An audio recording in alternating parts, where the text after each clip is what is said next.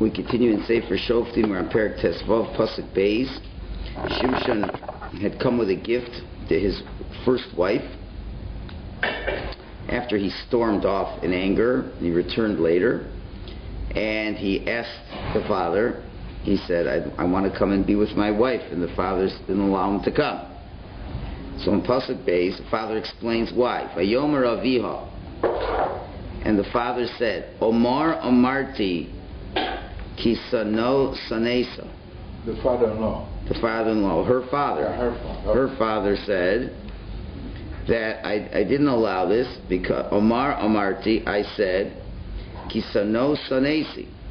I saw that you were angry at her, and because she gave away the secret, so I saw that you certainly hated her.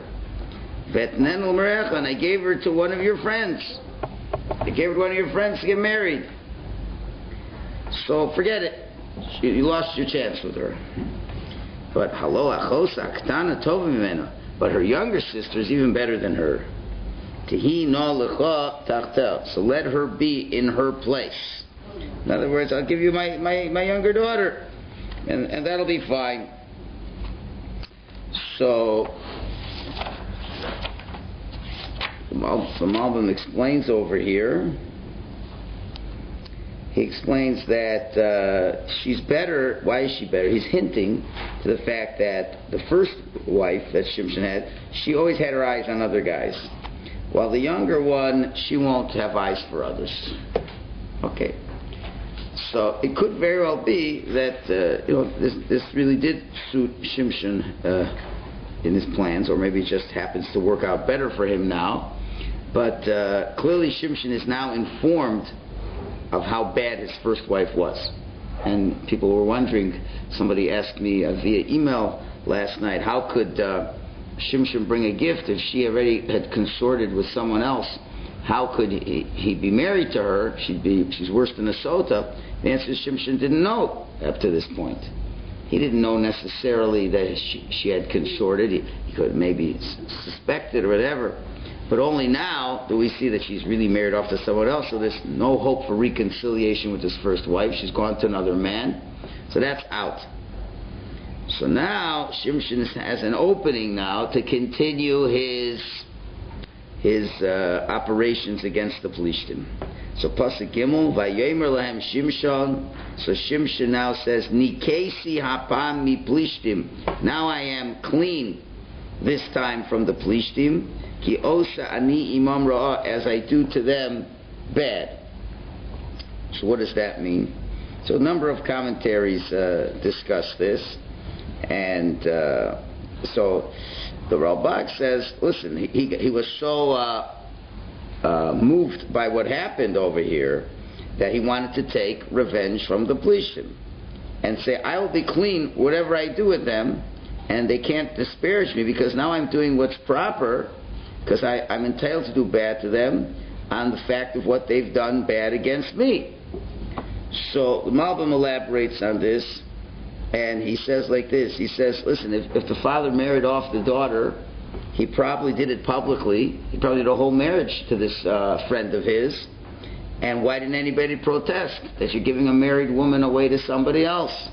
So since they didn't protest, so now, like we said yesterday, all the Plishtim are open game. You didn't adjust. Now I'm really, I'm in my full rights to do whatever I feel is proper over here. So that's what the Mitzvahs also says. Same idea. I won't be considered guilty because it's only fitting that I punish them for what they did. So what does he do? A lot of symbolism coming up, but he's going to create a lot of damage. Pasuk Daled. Vayelech Shimshon. Shimshon comes along. Let's make sure I haven't forgotten any other things here. 1 minute. Again, it is clear that whatever revenge he has taken against the Plishtim seems only like a personal vendetta. It's not Shimshon representing the Jewish people. It's him, his own business over here. Now, again, this is clearly Even according to Torah law, Shimshon's totally justified. As we said, you have the 7 Noachide laws that have to be kept, and that's why Shimon and Levi killed out the city of Shechem after their sister had been ravished. So even though only one person commits the crime, everybody's guilty. So the same thing over here. Even if it's just the father committed the crime, everybody agreed to it, so they're all guilty. So now what does he do? Pasuk Dalet. Vayelech Shimshon vayilkod 300 shwalim. Shimshon comes along and he captures 300 foxes. Now, first of all, capturing 300 foxes is not an easy task. Number one, a fox is a very clever animal. So certainly he needed divine help to catch 300 foxes. And it's interesting, like it's a little bit weird why he does this. I mean, from an outsider looking in, you're wondering why didn't he do something easier, but you'll see. But anyway, he takes 300 foxes, Yikach lapidim, he takes torches, Vayefen zonov el zonov, and he turns the foxes tail to tail to each other. Vayasem lapid echad bein shnei asnavos batovech, he puts one torch in between each of the two tails that is connected together. So he kind of ties the two tails together.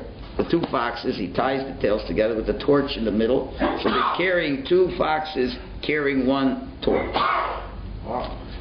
Okay, so that's very very unusual. So number one, why foxes? So the Radak says, why is he taking foxes? Because first of all, the fox is the way of a fox. It usually goes backwards. So he ties up the torches to the two tails, so each one will go backwards.